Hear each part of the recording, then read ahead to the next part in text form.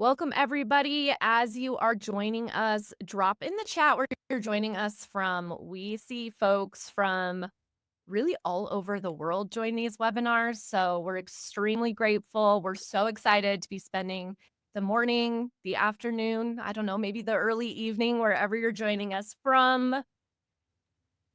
Hello, good morning, New York, Canada. Love seeing all this. If you are here for the How to Get Leadership Buy-in for Internal Comms webinar, you are in the right place. Welcome.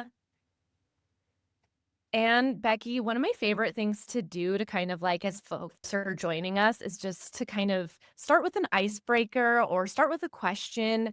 And so everybody in the chat, let us know. But Anne, Becky, I would love to ask you both too. I want to flood the chat with good news. So what is something that has been inspiring to you lately? What's one thing you're looking forward to or some like a piece of good news? I'd love to hear from both of you. Everyone in the chat, if something great has happened to you recently, please let us know. Let's just celebrate a bunch of good news. I love that. I'm happy to go first, Dan. I'm having dinner with two of my best friends who I've known for over 20 years on Friday. So I'm very excited for that. It's just good for the soul. Also really excited to put out my Christmas tree. Absolutely. Tis the season, definitely. I've been having a lot of fun recently, reliving my childhood fun through my kids. They are both performing in their high school plays.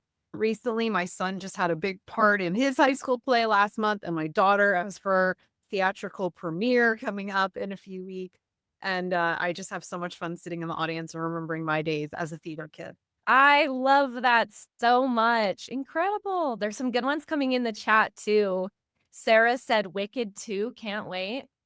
And Becky, are you Wicked fan? Sunday. I'm going Sunday. I already have my ticket. I need to get on. It's on my list. Yeah. Awesome. Chris said, I got a call out at a webinar last week by someone I admire in internal comms as someone people should be following. Blew my mind. I love that. A little shout out on a webinar from someone you admire. And follow Chris Palermo. He's a good guy. Oh, There you go, Chris. You got it again. Very cool. Well, before we dive into, I just want to do a couple housekeeping notes here, and then we'll get started. I'll pass it over to you, Anne and Becky. But first of all, everyone who's joining us, thank you so much for joining us today. We know everybody is really busy, right? You all have deadlines to meet, emails to send, meetings today. So the fact that you're joining us for this session today really means a lot to us. So really, thank you so much. Before we get started, just a few quick notes.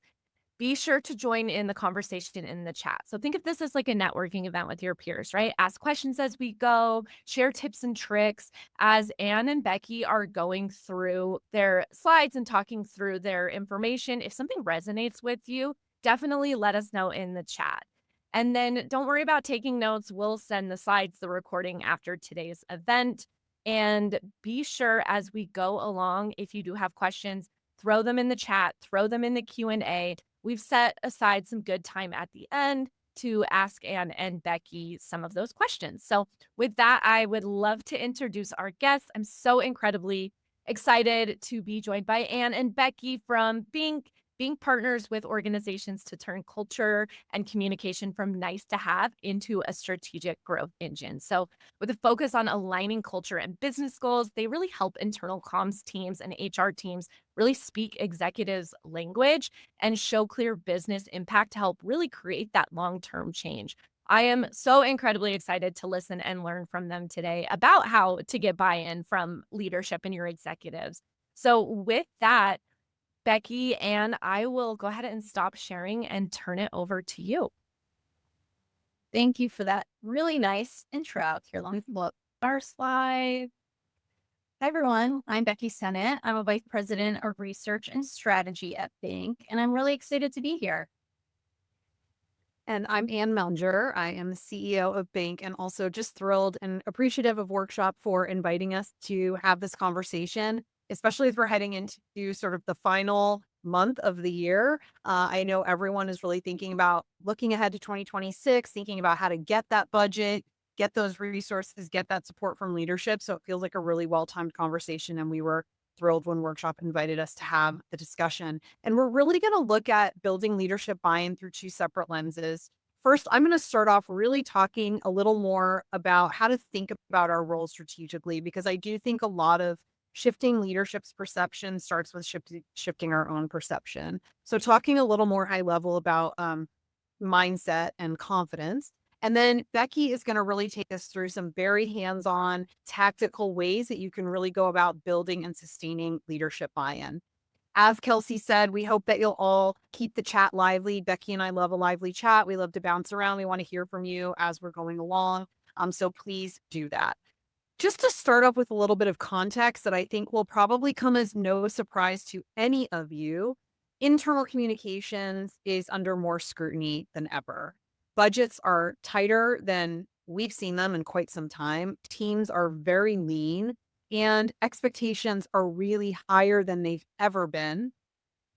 And at the same time, leadership is asking more and more about how our work is driving business impact. They're asking questions like, what's the ROI? How is this making a difference? How is this helping our team stay aligned and focused? I'm curious if this sounds familiar to any of you. I'd love to hear about some of the pressures that you're facing in the chat if you'd like to share those there. So, as internal communicators, we're at this sort of crossroads. And if we don't take action in response to some of those pressures and leaders' expectations, we could run the risk of shrinking budgets, influence, and sadly, shrinking teams. But if we do take action, we can really underscore our strategic relevance and shape the future of the companies that we work within. So, in order to respond to this new level of scrutiny and really rise to leadership's expectations of us, we need to consider kind of both sides of the coin. As Anne explained in her intro, the first is about shifting our own mindset about the true impact of our work in order to elevate the internal comms function in the eyes of leadership. And as we'll talk about today, this is primarily about mindset and perspective. And that's because buy in starts with belief, really believing in the strategic impact of our work. And the other side of the coins about securing and sustaining leadership buy-in by making a strong case for what you need to support your strategic impact at your org, and by making a strong case for the results that you do bring. And we have seen it time and time again, that even in these very tumultuous times, even with all this added leadership scrutiny, it's those communicators who achieve these two things, elevating their role in the eyes of leadership and making the case for more investment. Those are the communicators that are really thriving. But before leaders can really see our value, we have to see it first. And doing so requires us to think differently about the role of internal comms. It's not about sharing information or even simply building engagement. It's really about driving business outcomes. So if we want leadership to view our role as strategically valuable, we must first see it that way. And so let's dig into that a little bit. I have worked in internal communications for about 25 years, not to age myself, 25 years now. And while a lot has certainly changed during that time, there is one major thing that has not changed, and that is how the function of internal communications has been viewed. I'm already seeing some of this in the chat, that for far too long, communications has been seen as a distribution channel. And even in some of the most modern organizations that we have the privilege of working with, we still see this. Many leaders view internal comms simply as an internal news function. And shifting the way that leadership views us has to start with shifting the way that we think about, and importantly, the way that we speak about our work. We have to move leaders from seeing us as simply makers of newsletters, writers of announcements, developers of decks. We need them to move out of thinking of us as nice to have, or as a service provider, or as really, we definitely don't want them seeing us as a cost center. In moments like this, that's really the death knell. We need to move them towards seeing us as what we truly are, which is that communications can drive alignment, trust, execution at scale, and move through change, exactly what Kelly said in the chat. We are truly a mission critical function, and we need leaders to see us as both a strategic advisor and a performance accelerator. And the story that leaders believe about communications really does start with the story we believe about ourselves. We have to view ourselves and our role as this right side of the column here. And we have to claim our true identity as business drivers. We are not a support function. We are drivers of business result. And we know we have the power to shape business critical outcomes. I know it, you know it, but let's dig into it a little more and look at some topics that are business critical that communicators play a central role in. So the first one is my favorite topic, culture. Culture to me is the clearest and most undeniable example that communicators drive business performance.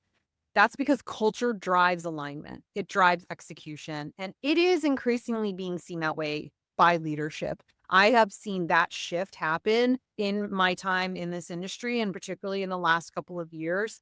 More and more leaders are seeing that culture is a driver of business, and we're having to make that case less and less.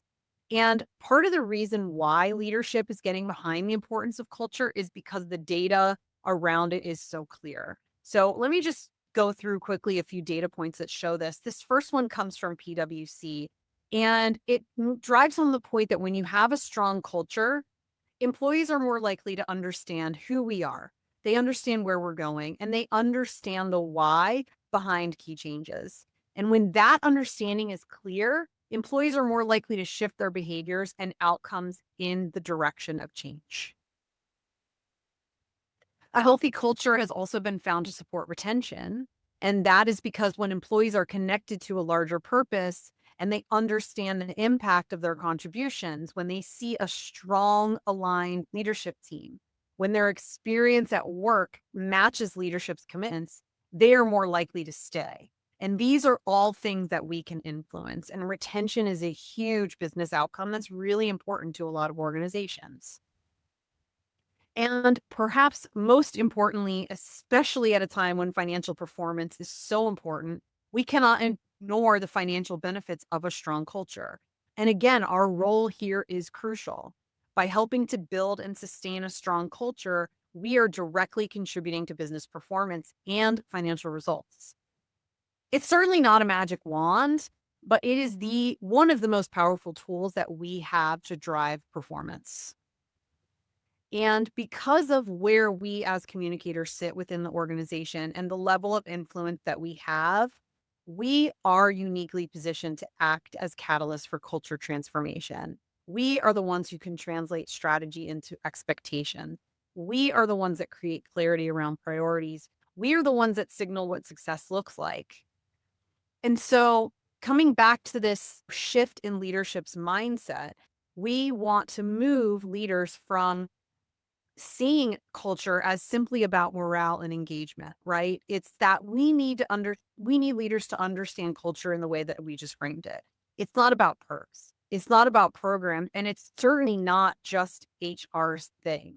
It is about how strategy gets done. And we need to make that case to leaders that culture is what drives execution. It builds clarity, it builds trust, and it builds alignment at scale. And it's really us communicators who activate the culture that leaders need to drive results. And so I'm really trying to drive home here the point that language really matters. Words really matter. As you're having conversations with the C-suite, as you're giving presentations, you really want to make sure that you're using words like how strategy gets done. We're driving execution. We're shifting behavior. And the language here really is important. Before I move on, I want to go back to a question that Stephanie posted in the chat. Becky, if you could just go back to the slide with the 3X on it. Stephanie was asking about how we define healthy organizations. I really want to encourage you to check out this McKinsey Organizational Health Index. The data coming out from this is really, really helpful, and they give some really useful definitions around organizational health. And they're not just fluffy, this is what healthy looks like. They are actually tied to business results. So this is a really good one to go and check out. Great question. Thank you. So, as we embrace our role in culture building and we help leaders see it too, we have to make sure that we're framing it in language that our leaders care about. I just mentioned the importance of words. Again, it's not about programs or added costs. If we're talking to the CEO, it's about improving alignment, it's about improving speed of results. If we're talking to the CHRO, we want to really emphasize that our efforts are about driving trust, driving retention. If we're talking to the CFO, we want to really drive home the point that through our efforts to drive culture change, we can improve efficiency, we can reduce risk. And so when leaders truly understand that culture is equal to execution, your role shifts in their mind. They're no longer thinking of you as the people they asked to send an update. Instead, they're thinking of you as the people they ask to help us change how the company works. You have the power to shape how fast an organization can execute. So I'm curious, again, I love what's happening in the chat and I'd love to hear from you there. What could be different in your organization if leaders fully understood the power of communicators to shape culture? Would love to hear if anyone has any thoughts on that. And as we think about framing our role in culture transformation and driving business results, that's one way to begin to shift our own perception about internal comms. And it's also a way to shift leadership's perceptions. Another way is through the lens of AI. This is definitely one of the biggest C suite priorities right now. And so I want to just spend a few minutes talking about AI as another way that you can really make the point of your ability to drive business results. So if we want leadership to view us differently, we have to hone in on what's really important to them. And in every single conversation that we're having with CEOs today, AI is top of their list. And study after study is showing that as well. I thought this first one here was particularly interesting that 3/4 of CEOs believe their jobs could be at risk because of a failed AI strategy. This is an existential concern for CEOs. And that's all for good reason because there's another study that found that just 5% of organizations are reporting measurable ROI from their AI investment. So again, this is really important to leadership and for good reason. Now, I have been preaching for many months on as many platforms as I can that AI adoption is not a technology issue.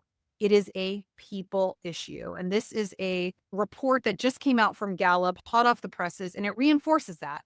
The number one barrier to AI adoption is an unclear use case or value proposition, which to me scream communications.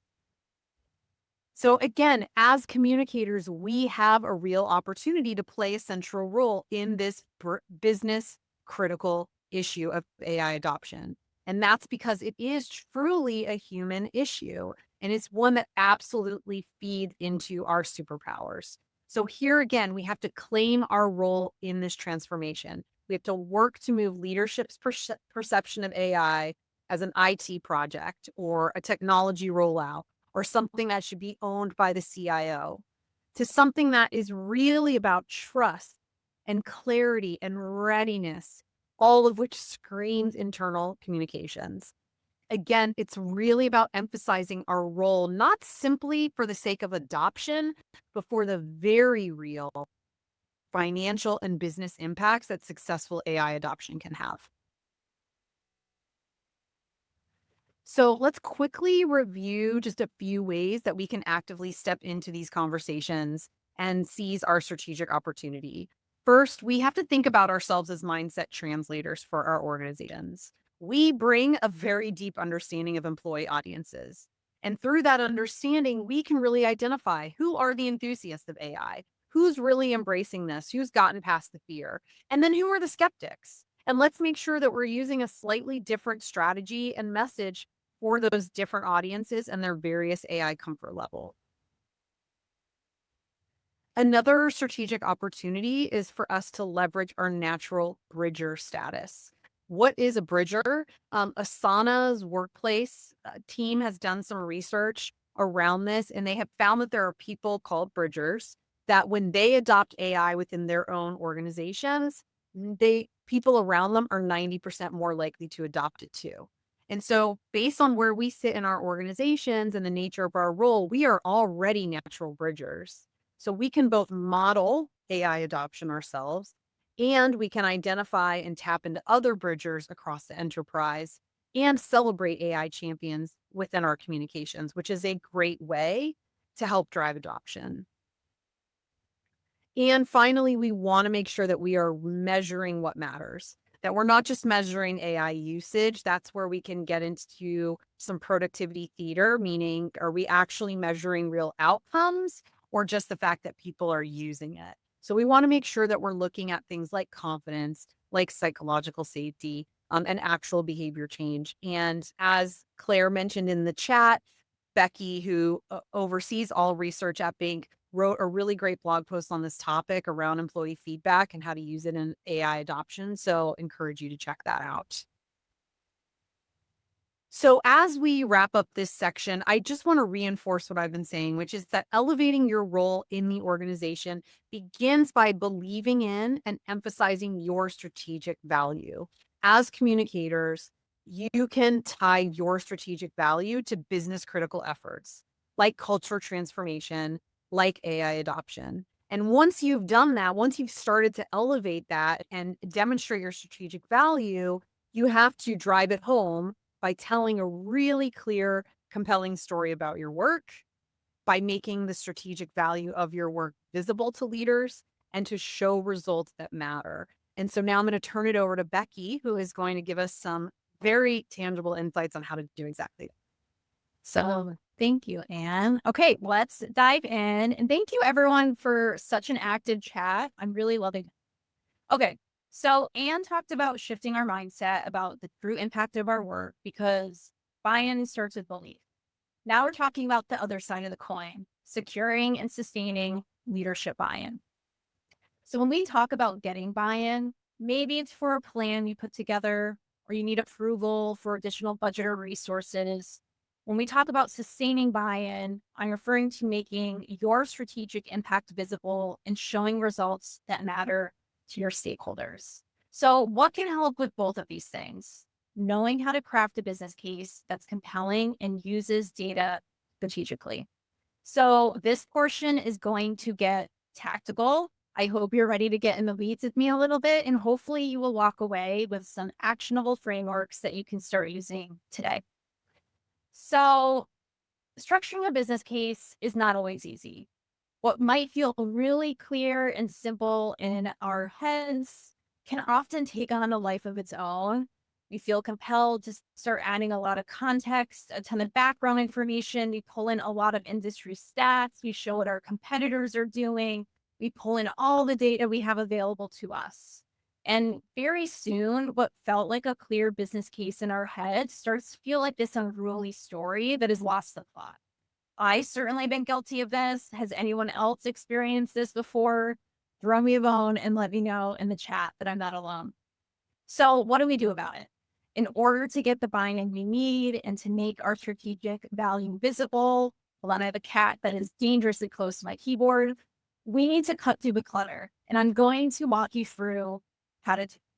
So we're going to use two of the most succinct and persuasive story arcs out there that we're all likely familiar with. And we've talked through these story arcs in another workshop webinar. Today, we have some new and fresh internal communications examples to share that really capture these. So we're going to start with what's the first thing we usually see in a commercial for cleaning products? Throw it in the chat. What comes to mind? Let me move my cat over. Pets, yep. A woman cleaning, yes. Dust. Mom's in the kitchen, a mess, a spill. Yes, exactly. So Swiffer always starts by hitting on my pain point. They know my pet is adorable, but his fur is everywhere and I can't stand it. I'm a proud cat mom, and yes, this fur is all over my apartment. Swiffer then doubles down on my pain point. They show a montage of how I've tried everything to stay on top of the pet fur and how much time and energy I've spent trying to clean. Next, they preview what could be and they introduce a solution. They show me just how effectively that Swiffer can wipe away the pet fur And it's that juxtaposition of the dirty floor with that calming streak of super shiny hardwood floor that really speaks to me. And then they show how the magic happens. You just connect, attach, clean, remove. It's so simple. Lastly, Swiffer is ready to seal the deal. This magic Swiffer is available at these retailers. Go buy it today. So the Swiffer commercial shows us a super tight story on how to get someone to buy into a cleaning product. We're going to show you how to use this exact same Swiffer story arc and how it can work in internal commerce. Anne just talked about our role as communicators and AI adoption. So let's use that as our real life example. We want to make the business case that our organization needs an AI adoption strategy. First, I'm going to hit my stakeholder with their pain point. Swiffer showed us all the tumbleweeds of fur everywhere. I'm diving right in to illustrate their pain point. Swiffer doesn't waste time explaining why it's important to keep a clean house. I don't need to waste time recapping the state of the state when it comes to AI in our industry or in our workplace.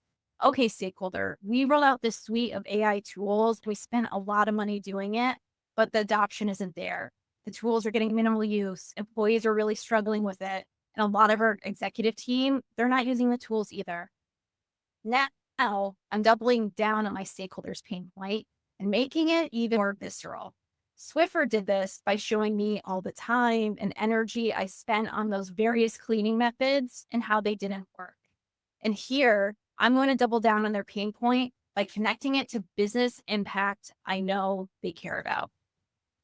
So think about what matters to the stakeholders you're speaking to and really try to customize the pain point accordingly. Let's say I'm talking to my CEO. I'm going to focus on how we will not be able to show the ROI we committed to as a result of this lack of adoption. Let's say I'm talking to my CHRO. I'm focusing on managers not being equipped to lead through this change and how it's impacting org readiness. Now I'm talking to my CFO, and I'm really honing in on how unsanctioned AI tool usage is exposing us to risk. Now I'm introducing my solution to the problem. Swiffer showed me how effectively it could wipe away pet fur. Here I'm showing what's possible with a thoughtful AI adoption strategy. We're going to debunk myths about AI in our organization. We're going to drive safe usage of tools that are compliant, and we're going to start seeing those gains that we. Now I'm showing my stakeholder how we make this happen. Swiffer told us those simple steps to take: connect, attach, clean, remove. When I'm sharing my next steps with stakeholders, how do I make it feel easy to understand and relatively painless as Swiffer did? So remember, these are my next steps. I'm going to ask my stakeholder to take next steps when I seal the deal. So stakeholder, I've already thought of what we need to do. I've had initial conversations with appropriate team members around our organization. They're all on board. We have a 12-month plan pulled together. I've got this handled. You just need to say yes. Finally, I've gotten to the biggest step of them all. I'm ready to seal the deal. I'm making my call to action to my stakeholders super clear. Swiffer told us the retailers were available for purchase and urged us to go buy it today. I'm letting my stakeholder know what I need from them today in order to make this adoption strategy possible. And I'm also going to let them know what the overall estimated investment is for this plan. So let's recap that quickly. To cut through the clutter, focus on these 3 high impact points: showing your stakeholders pain points, showing them a preview of what could be, and then showing them how to get there. And the good news is that you, my fellow internal communicators, are very well equipped to tell a strong, compelling story with these different data points. You know your stakeholders, you know what makes them tick, you know what makes them frustrated, you know what makes their heart sing. And you also have the strategic and creative know-how to surface recommendations and identify new solutions and new paths forward. And you can make those ideas shine in the eyes of your stakeholders. And of course, let's be honest, they can't do it without you. And you know the steps to make it happen, and you have the skills to pull it off. So once you've been able to cover those points and you've nailed that delicate balance and created that ideal story arc, you're ready to seal the deal. Which, of course, is why we refer to these as our hashtag money slides, because it's the perfect combination to give you the practical tools and confidence you need to get the buy-in that you want and seal the deal. So looking back quickly at this Swiffer example, so these are our money slides. It's the priority content that we want and need to cover to pitch our idea and get to the yes. So whether it's for something like an AI adoption strategy, you can use this story arc for any type of ask. Maybe you need to make a business case for a new internal comms tool like Workshop. Maybe you need consultation support from banks. This can be your go-to framework. Two things I want to call out. The first is you might have noticed there isn't really data in this example. Sometimes the absence of data can be just as compelling of a business case if you're truly tailoring the business impact to your stakeholders' pain point. Swiffer didn't tell us the percentage of fur that it's sweeping up, but it was a very visceral example that spoke to me and I was sold. The next thing I want to call out, you might be asking yourself, are you really telling me to put together only 5 slides? And the answer is no. And with that, I'd like to introduce you to the appendix. So the slide appendix should be roughly 80 to 90% of our business case deck. And it's not an afterthought, it's a strategic tool. So think about your stakeholder and the questions they might ask or the holes they might poke. This is where that additional information can go. And maybe it's additional details on the tactics we try to drive AI adoption or other important stats or data points. Maybe it's more detail about the investment we need. Even though it's not part of our main story in the money slides, if our stakeholder asks us a question, we want to be able to find it in the appendix and speak to it confidently. And if we plan our appendix right, it's this really nice security blanket that allows us to charge through those money slides and really seal the deal. Okay, so now we're going to talk about sustaining buy-in. And we do this by making your strategic value visible and showing results that matter to leaders. And the story arc we're going to use is from good old Home Depot. So first, they hit me with a pain point. It's always someone looking around an area in their home and it's a bit blah. It's something that could be improved with a fresh coat of paint or something else. Next, Home Depot shows me how they can make it better. And it's always Home Depot employees in the orange aprons helping people pick stuff out in the store. They're weighing the pros and cons of each item, and it really feels like this nice partnership, even if I go home and do it all myself. Next, it isn't a preview of the possibility. It's a sizzle reel of happy results, showing proof of just how helpful Home Depot was to transforming my space. Man, I feel really good that I partnered with Home Depot. And then Home Depot seals the deal by previewing a future possibility, showing all the other ways that we could partner together. Hey, we know you like feeling accomplished, so partner with us again on all your other projects to make your dreams come true. So now let's use that same story arc from Home Depot and walk through an example of how this could work for internal comms. So reminder, this is to show results to leaders. So we're looking back on what's already been done to celebrate the outcome. So first, we're going to remind our stakeholder of the pain point. Home Depot showed us our bathroom that was looking a little blah. Well, stakeholder, we rolled out our long-term strategy, Vision 2030, and people were not paying attention to it. Home Depot showed me a space that matters a lot to me, and it struck a chord. I'm showing my stakeholder the business impact that I know matters to them. Stakeholder, this wasn't just a comms issue. There were real business implications when our people were not reading and understanding where the business was headed and what was required of us all to get there. Next, show them how you helped them. Remember the montage of Home Depot employees in orange aprons helping customers out? Give your stakeholder a recap of all the different ways that we helped empower them. So, hey, stakeholder, remember this brilliant plan we put together to boost awareness and engagement for Vision 2030? Home Depot partnered with me to pick out what I needed to make my bathroom so much better. Here, I'm showing a highlights reel of what we did to bring Vision 2030 front and center. Stakeholder, we accomplished a lot together. Look at everything we built and all that we did. And now I'm showing our results. I'm thrilled to share page views or visits are way up thanks to our partnership. And here's the data to prove it. And don't be afraid to brag, show results from different angles, but don't only focus on the metrics. I often see reporting that's only focused on open rates or clicks or the number of communications that were sent out about a certain initiative or topic. These are steps that get us to driving business impact, but this should not be the focus of your story. Think about what matters to the stakeholders you're speaking to and show business impact accordingly. What does success look like to them? What measures are they tracking and monitoring? What were the goals of the thing that you're reporting out on? Was it cutting costs? Was it bringing on board more customers, selling more product, improving safety? Weave in those data points. And when we think about business impact for your initiative or whatever it is that you supported, of course, internal comms isn't the only contributing factor to any business data we're showing, but you did contribute. So include it as part of the story. And you might be scratching your head wondering, where the heck am I going to get this data? It will take a little digging and it won't be in your inbox overnight. But what we know about internal communicators is you have incredibly strong relationships in your organizations. And in many cases, you know a lot of people in a lot of departments. So lean into those relationships to try to get these types of data points. Start some of those conversations soon. Shoot me a message on LinkedIn if you want to brainstorm. I'm very, very happy to help. So lastly, Home Depot sealed the deal by showing us all the other types of projects that we could partner on together. Show what else could be possible and seal the deal with your stakeholder. So, hey, stakeholder, we have all these ideas for how we want to partner with you even more to elevate Vision 2030. And here's what we need from you to make it happen. And don't forget about our friend, the appendix.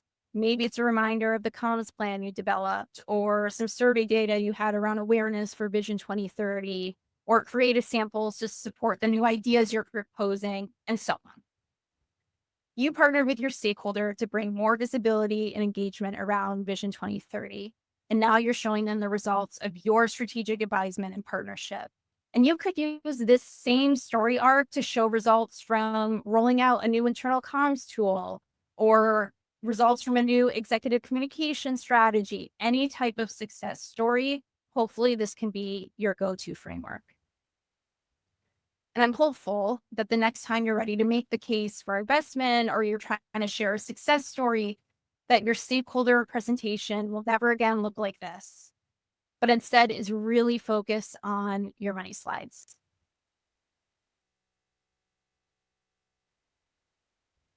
I'll kick it back to Anne. Yep. Thank you so much for that discussion, Becky. I know that that conversation was a big hit the last time Becky took us through those commercial frameworks, and we were excited to sort of freshen it up and bring it back. But before we wrap up and move into Q&A, so hopefully you're getting your questions ready, I just want to recap what we've covered here today. First is that to gain lasting buy-in and support from leadership, you really must begin by seeing and believing the strategic value and impact of your work yourself, and always tying your role to real business outcomes. We talked about how linking your role to the business outcomes of a strong culture and AI adoption can really shift the way leaders view your role. And once you've achieved that mindset shift, you can use all the frameworks that Becky shared to build a case for and sustain leadership buy-in over the long term. As Becky said, we both hope that you will connect with us on LinkedIn. We love to keep the conversation going. We love engaging with our community. I think we'd all agree that internal comms is like the best community there is. And we definitely have some time now for Q&A. And Becky, thank you so much. I know, like you were saying, when you shared those frameworks from the different companies like Home Depot, Swiffer a few years ago, they were so impactful. So yes, I echo what Anne said. I'm so happy to bring them back with like a fresh kind of eye on those. We have so many good questions I want to get through. I did want to drop in though, if you are curious or want to learn more about Bink, subscribe to their newsletter here. We'll leave that up here for a second. Definitely subscribe. And also, if you are looking for an internal comms tool today and are in need of a budget proposal plan, Workshop would love to help. We're an email first internal communications platform, and we would love to chat about your 2026 strategy. So with that, I know we've got a ton of great questions, Becky and Anne. The first one I wanted to dig into here is a little bit on strategic alignment. So leaders often say they want better communication, right? But that really can mean anything. So, how do you kind of translate vague goals into something measurable that might be impactful for those leaders? Such a good question. I think, and we hear that question from our clients, stakeholders all the time. I think it's very common.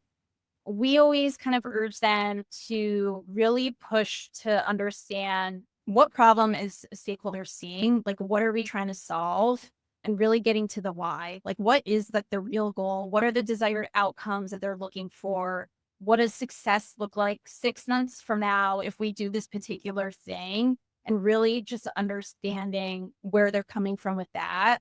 And then from there, you can usually kind of back into the measurement piece. But as a first step, I think really understanding the problem that we're solving for.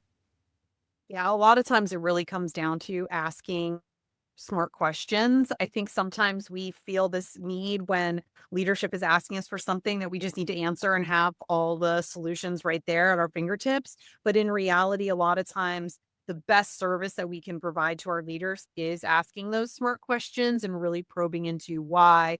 Why? One of the most powerful questions that we love to use and we use in almost every meeting that we have with leadership is this magic wand question. And basically, what that sounds like is if you could wave a magic wand and fast forward to 6 months or a year from now, and everything that we've done has been a huge success, what have we achieved? What has changed? And by asking a question like that, you're really pushing leaders to get very clear on being measurable, being actionable, being specific rather than just saying, we need better comms. Yeah, really pushing them to get below the symptoms and really focus on the outcomes. I love that. Getting to the why, getting to the outcomes. I do want to jump back in the chat a little bit. I saw this great question from Susan come through. Susan asked, in your experience, what are the common denominators of leaders who understand and support the comms function as a business driver? How can we help educate leaders so they have the tools to recognize the value? Yeah, it's a really good question, and I think, of course it depends. Of course, it's different within every different organization, and it can be I think it's probably the greatest challenge that we face is how to educate leaders so they really do recognize our value. But I think some of the things, and Becky would love to hear you sort of add to this, but I think some of the things is some of what we already talked about that, they see communication not as something that just makes things look nice or distributes information. They really understand that communications is a driver of alignment, and that it's a driver of business action. I think they're also curious. Curious leaders to me are the absolute best kinds of leaders.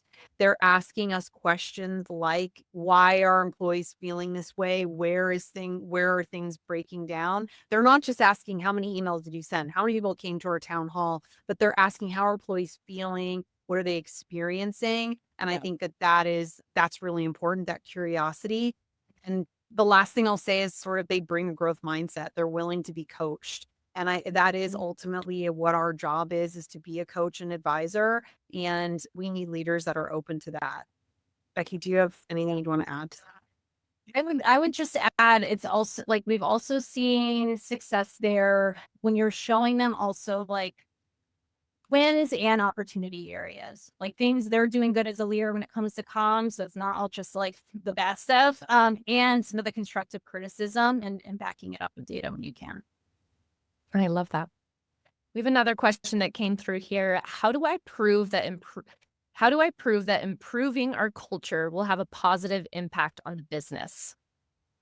Yeah, that is a good one. And I think the biggest is, we had some data points that we threw in here. We have a lot more on our website where we talk about the positive impacts on culture. Sorry, my dog just decided to start barking. So I think that's a big one. I don't know, Becky, if you have other thoughts on.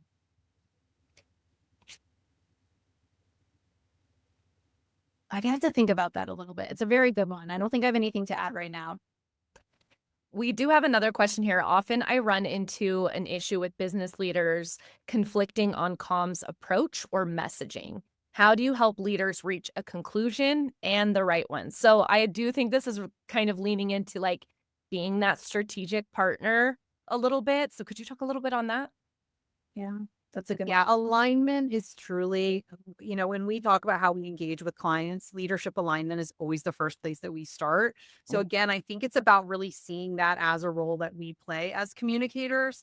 Something that's really important that we have to do is work with leaders, make sure that they're aligned, spend time on that, go to those leadership offsites and really get the leaders together, really talk about where are we trying to go? What is that magic wand answer? And how do we get there? I also think there's something there, and this could probably be like a whole other conversation about when you're structuring your like annual comm strategy or whatever and tying it back to business outcomes, like weaving that into the conversation so they're not kind of going rogue. And instead, you're really focused on comm strategy that's supporting the business. This is why we're doing things this certain way, kind of, et cetera. Yeah, I love that. Becky, a question came in here. Our business has moved away from strong culture due to layoffs, cost-saving measures, etc. How do you keep the balance of culture and positive tone when the business is in a difficult period? Also, without sounding tone deaf. Good one. I don't like toxic positivity. So I think it's actually for me, this is ass. So I was reading a very, very good article last night by Nancy Duarte that maybe I'll grab and throw in the chat. That is a really good framework to think about when you're delivering like bad news. That's not really the question, but like maybe things are a little challenging right now. Like really thinking about kind of the context behind it and framing your message accordingly. And she has just a really nice way of breaking it down that I'll throw in here. Let me grab it. I don't know, Anna, if you have anything else to add. Yeah, no, that is definitely a good one. And no, I'm just managing my dog who's freaking out in the background. Somebody ringing the doorbell repeatedly. God love Becky, it that. looks like Claire Well, had it in. That's okay. So we've got it in there. Awesome. So good read for everybody. Yes. Yeah, Nancy Duarte has a lot of good wisdom. She offers on like the idea of storytelling and strong messaging, which is such a great way to make a case. Awesome. I do want to shift a little bit into kind of budget and making it tangible. When you're trying to secure buy-in or budget, what data actually changes leadership's mind? Any kind of data points that they might be interested in specifically? Yeah, so this I think really depends on your stakeholder, not to give like an easy out of like it depends, but it really does. And I think I would urge you to just like keep an ear out for like different data points they reference in conversations. Like, are there certain internal measures or data points that they're tracking? Are they talking about what competitors are doing a lot? Are they finding like industry stats and HBR and like referencing that?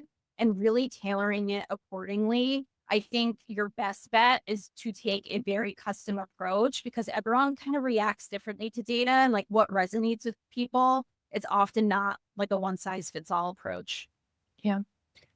Exactly. Yeah, that's exactly what I was going to say. You have to know your leader and you have to know what resonates with them. Sometimes leaders are really motivated by best practices. We have a client that is always like, I want to know what my competitors are doing. And so if you can go and find those success stories, data points from a competitor, use those. Others, they want to see what's the latest thing from Harvard Business Review or MIT Sloan, and you want to pull those things out. So it's really about kind of getting into the heads of your leaders and focusing on what resonates most with them. Yeah, I know. I love that. I do want to shift gears a little bit back into becoming a strategic partner. I think that this comes up a ton.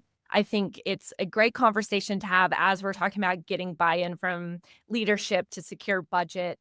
If an internal communicator or an internal comms team, they feel in that kind of reactive comms mode where they're just kind of sending things out, what's one way to kind of shift into a more strategic role and kind of have the executive leadership view you as a strategic partner? I think it goes back to, what we were saying in the very beginning of the webinar, which is you must get super clear on the business problem that you're solving. You have to get laser focused on that business problem and speak to that over. And the irony isn't lost on me. We're communicators, and so much of it is about the word, the language, what we're focusing on. And again, it's not about channels. It's not about clicks. It's not about visibility. It's really about tying it back over and over with repetition to whatever that business problem is. And I think that's really how you get, leaders to pay attention and to listen. Becky, anything you want to add to that? I thought that was perfect. And then kind of on that though, maybe more of like a practical or tactical piece, what is maybe a small win that communicators can go after that leads to a much bigger like seat at the table kind of moment? Yeah. I think here again, it's about getting into understanding what your leaders' top priorities are. If it is AI investment, that's a great one. And really making the case. There's so many really strong examples are out there of organizations that have succeeded with AI adoption through communication. And so Thomson Reuters is one of them. It's a really good one. You can quickly Google Thomson Reuters AI adoption. The entire AI strategy was spearheaded by the CHRO and the comms team. And so again, like finding what is that one little thing that is important to that one executive. For a lot of them right now, it really is about AI, but finding out what that thing is and really honing in on that. Yeah. Yeah. Times two. Yeah. We had another Becky in the chat. They asked, how do you measure things like psychological safety or confidence, or maybe some of these more like data pieces that aren't as like quantitative as others? Yeah. So, I mean, for psych safety, that's traditionally via surveys. Like most engagement surveys have at least one question or a set. It kind of depends on like the provider you use. Uh, for confidence, if you're referring to things like confidence in the vision or confidence in leaders, same thing. That's usually how we see it with some of those confidence topics. We have kind of probed those in focus groups also, but I think a lot of it comes back to some of those kind of like more traditional measures. But like you also, I think, look at it like kind of reading between the lines. Like if you're starting an initiative where you're trying to get people to report safety incidents or a speak up culture and like no one's doing it, like that's a red flag. Like there's like psychological safety issues probably at play. So also I think like reading through between the lines and looking for some of those maybe like non-obvious measures as well. Yeah. I love that you had mentioned surveys too. And even just like quick pulse surveys in your communications of like different things to like not necessarily maybe a full-blown internal comm survey, but just kind of getting those like weekly checks through like something as simple as pulse surveys could be helpful too.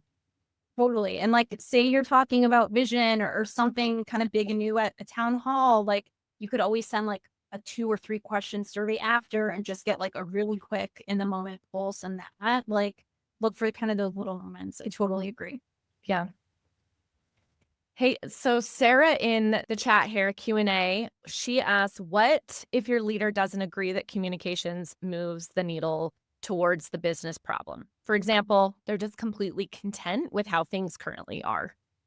Yeah, such a common frustration. And I think this is where you have to really use some of the like stakeholder management and look at, are there other leaders within the organization that you can tap into for influence? A lot of times it might be that our CEO is perfectly satisfied and we know that there's a problem. And so we might have to go to who is that leader that maybe has the respect and has the attention of the CEO that we could kind of build some camaraderie with. So I'm all about trying to find other stakeholders that can be your support within the organization. Becky, do you have anything else you would add to that? And kind of going back to like what we were saying earlier, like, I mean, it depends on the stakeholder, but like kind of pushing to understand, like, why are they content? Like, why do they think things are good the way they are? Like, how are they like even deducing that? And maybe like there's a kind of a problem behind it or some preconceived notion that maybe you can help debunk. So more of those kind of like asking why questions to understand it a little bit better. I also think one really strong message that you can deliver to a leader that thinks that things are going well is things are going well. here's what we need to do to make sure it stays that way. And so to sort of create some of that concern that if we don't take action, we will lose traction. That's another potential strategy for kind of getting them on board. Yeah. Yep. And we've also seen, not to keep going on this, but we've also seen instances where like and again, it depends on the stakeholder, maybe that leader is someone who's like keeping a close eye on a competitor. So like if you know what a competitor's doing that you're not, like if there's a way you can weave that in, maybe that would pique their interest, but it kind of just, I think, depends. Yeah. We've only got a few minutes left here. I do have one kind of final question. If a team can only do one thing this quarter to strengthen their influence with leadership, what would be your recommendation? Yeah, it's a good one. And I think I would go back to, what I said earlier. I know I sound a little bit like a broken record, but you really need to get crystal clear on the business problem that you're trying to solve and speak to that every single time. Find the business problem and speak to the outcomes. That is the most powerful thing that you can do. And I think if you only do that, that is a way that leadership is going to start tapping into you and pulling you into conversations rather than you having to fight to be included. Yeah. And like I kind of said towards the end of the Home Depot example, it's not always easy to find some of those like business impact metrics. So like start it sooner than later. Like if you know you're trying to share a report by X date, like I think start having those conversations now, because you might have to get a little creative. You might have to talk to a few different stakeholders in your organization. So kind of give yourself the luxury of time to track some of that down. No, I love that. And Becky, I always love joining you for these webinars. They're so impactful, so wonderful. I cannot thank you enough for your time and your expertise today. Everybody in the chat, thank you so much for joining us. Join us for our next webinar. We only have one left for the entire year, so you can find that at useworkshop.com. Again, and Becky, thank you so much, and we'll see you all later. Thanks for having us. Thanks, Thank Kelsey. you. Thanks, Bye. everyone. Bye. Bye.